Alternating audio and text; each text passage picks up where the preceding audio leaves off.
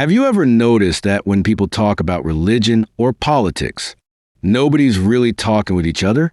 It's more like two megaphones aimed at one another, loud, passionate, and completely unable to hear anything. People of faith may feel their beliefs are sacred, fragile even, something that needs protection. Meanwhile, people without religion often feel that truth needs transparency, and avoiding questions feels like hiding something. Here's the twist. Most disagreements aren't about truth, they're about trust. And the sad part? Both sides walk away feeling misunderstood.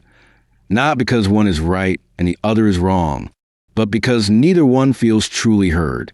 Take something like the second anointing in the LDS tradition. One person says, "It's too sacred to talk about." Another asks, if it's part of Christ's teachings, shouldn't members understand it? One side values reverence. The other values access to knowledge. Both perspectives hold truth, just in different ways. But here's the piece we often forget.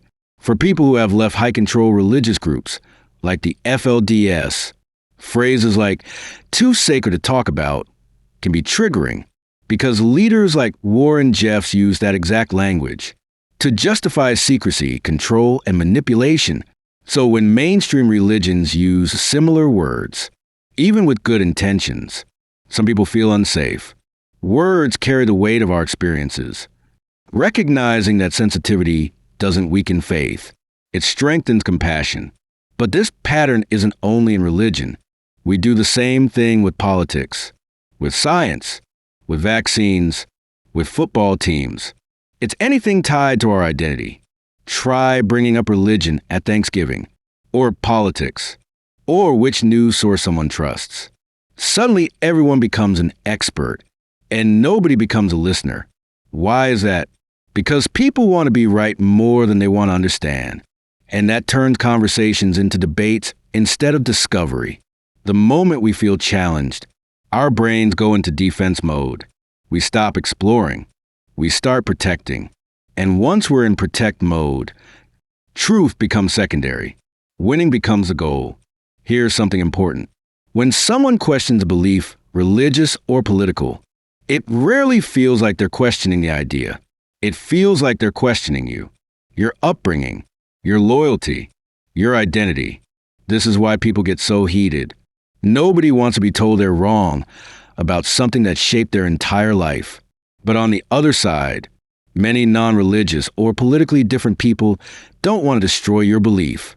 They want to understand why you hold it. They want transparency, not disrespect. This is where both sides accidentally hurt each other, not because of malice, but because they're protecting different values. One protects reverence.